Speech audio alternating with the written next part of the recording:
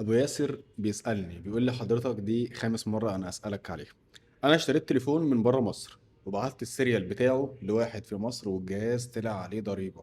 هل كده لما هاجي انزل التليفون هيشتغل عادي او هعرف اسجله؟ طبيعي جدا. وانت في مصر لما تيجي تشيك على السيريال بتاعك وتدي السيريال بتاعك لحد في مصر علشان يشيك عليه هيظهر اللي هو عليه ضريبة، لان الجهاز لسه بره مصر، يعني الجهاز لسه يعتبر ايه، دولي مش محلي، فطبيعي اللي هو هيبقى عليه ضريبة. ولكن انت بقى دورك وانت نازل علشان خاطر الضريبة دي تتشال وتتلغي ويبقى الجهاز معفي بشكل رسمي من الضريبة.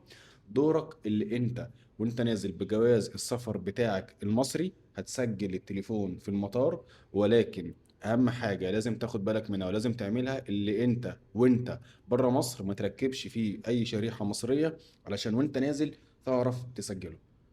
مجرد ما وصولك المطار وانت واقف في المكان الخاص بتسجيل التليفونات هيصور منك جواز السفر بتاعك وهيصور السيريال بتاع التليفون وهيسجله. بعد لما تسجله هتشيك وانت في المطار مفيش 5 دقايق 10 دقايق هتلاقي مرة واحدة الجهاز بتاعك بقى معفي من الضريبة تماما.